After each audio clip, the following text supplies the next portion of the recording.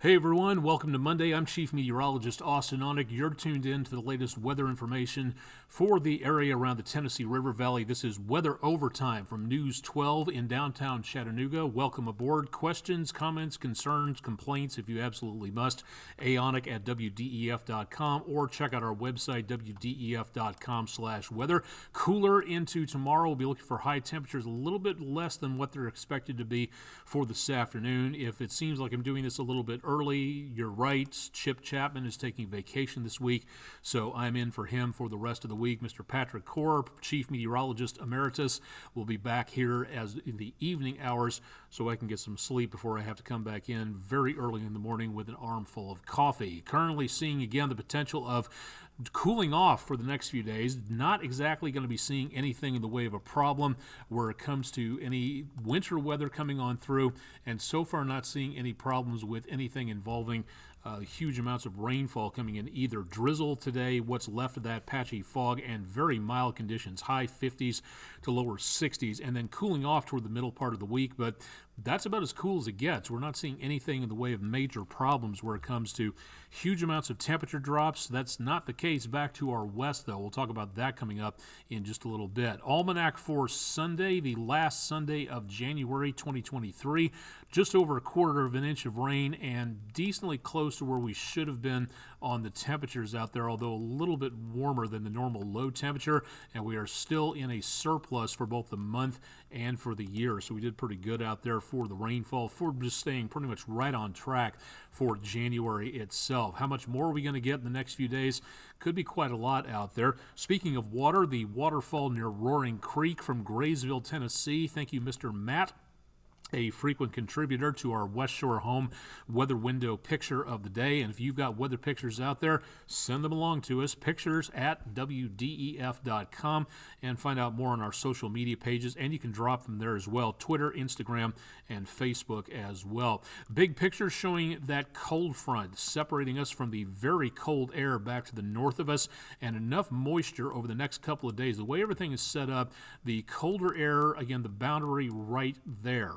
We've got warm, moist air that is making its way off the Pacific and heading over that very cold air, and that's not good news for areas west of us. But as long as we stay on this side of the front, we're going to be seeing just the plain liquid precipitation out there. Over here is going to be the possibility of snow and maybe some freezing rain potential, sleet, things like that. That's going to be the worst of the worst, and this front is going to basically just kind of fall apart. It's going to wander through and stick around for the next couple of days. So we're not seeing much of anything out there that's going to be triggering thunderstorms or winter weather, but we will see chances of rainfall coming our way. We wanted to tell you about this specifically, not for the News 12 viewing area. We do have, again, numerous winter weather advisories in the purple shaded areas. That, again, is for the potential of a plethora of different types of precipitation that may be possible out there, but none of that is for us. If you're heading up I-24 toward Nashville, anything west of Nashville and into tonight and tomorrow is going to be looking at the potential of sleet and freezing rain. That is where we have an ice storm warning in effect. Travel through this area could be difficult, slow, if not impossible. It could wind up getting waylaid into a ditch, or a lot of accidents could be possible on I-40, anything between the Tennessee River west of Nashville all the way over to around Fort Smith. So that's some very dangerous travel conditions. Not quite so dangerous, but still possible. Again, in those winter weather advisory areas, that could be a bit of an issue. And the pink shaded borders there, that is winter storm warning south of Springfield, Missouri, down toward Tulsa, around Dallas, and that goes way on down into around portions of Texas. So we're looking at some pretty ugly traveling conditions, basically from around Rolla, Missouri, through Tulsa, I-44, down into the Red River Valley, and not good travel conditions either. This is a decent winter storm coming on through, but for us, absolutely nothing going on at this point in time. We have, again, that winter weather advisory close to us, but nothing directly for the area, and hopefully it stays that way for now. Running the numbers into the rest of the day, Temperatures should be decently close to around 60 degrees, which is decently above normal for this time of the year. Tonight, looking at more chances of showers moving on through, which means your commute in the morning, bus stop time for the kids, you're going to need some rain protection out there. But notice the temperatures, even with that front slowly wandering through the area, numbers are still going to be well above freezing. So maybe you might pick up some rain mixed with sleet or snow in the higher elevations of the Cumberland Plateau. Really don't think we're going to be seeing too much of anything else after that. Then the rain moves away. Temperatures tomorrow will be cooler. Computer looks like it's chilling us off a little bit too much here, but it probably interprets those clouds as deflecting a lot of the sunshine, so correspondingly the computer thinks the temperatures are going to be much cooler. My forecast is a little different. I'll show that to you in just a little bit. Then take that whole sequence, more rainfall coming in late Tuesday, better chances of frozen precipitation well back to our northwest and west. But again, for us, we're looking at temperatures that are going to be way too warm for anything but precipitation of a liquid variety. Again, maybe into the Cumberland on Wednesday morning as all that moisture makes its way out of here. We may see a little bit of moisture there, and then we'll be clear enough again from the moisture coming up Wednesday morning, and temperatures may barely scrape close to normal thanks to those winds out of the north as that front comes on through. Notice the difference in the temperatures. That front is going to be right along where we are, and that's going to be the deciding difference. It's probably going to be much cooler north of Chattanooga and very much milder to the south, as that front, again, will be the dividing line between that cold air coming on through. Chances for rainfall, not great. Looks like we'll be seeing pretty much normal conditions for the next several days. Best chance of above normal from the Great Lakes to the northwest U.S. coast, but we do still have the potential of some pretty heavy rainfall taking place. First of all, just off the east coast, and then back the bullseye between Dallas and south of Memphis. Could be looking at the potential of maybe about 2 to 3 inches of rainfall. Isolated higher amounts possible in some areas. 7-day forecast, including Groundhog Day for the furry fake forecaster.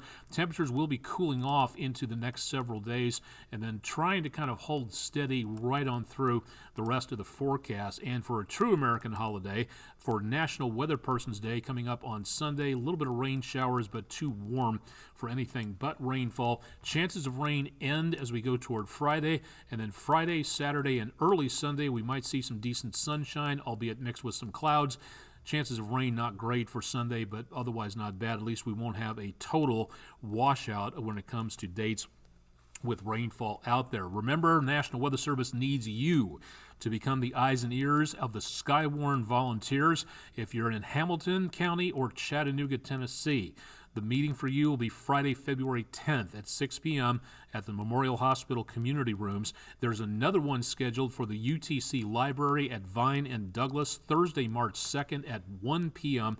If you'd like to attend either of these, they are totally free, but you do need to register for attendance for a seat, and that's at weather.gov/MRX. You're saying, okay, well, what about me? I live outside of Chattanooga. What do I do? Well, the National Weather Service will be offering more in-person meetings coming up over the next several days and weeks. Ray County on February 16th, a week after that on the 23rd in Monroe County, Tennessee, and Marion County will have theirs coming up March 21st. Most of these meetings are held during the springtime when severe weather is most imminent and the biggest threat, but again, you can take it online from various sources. We'll talk more about that coming up later on.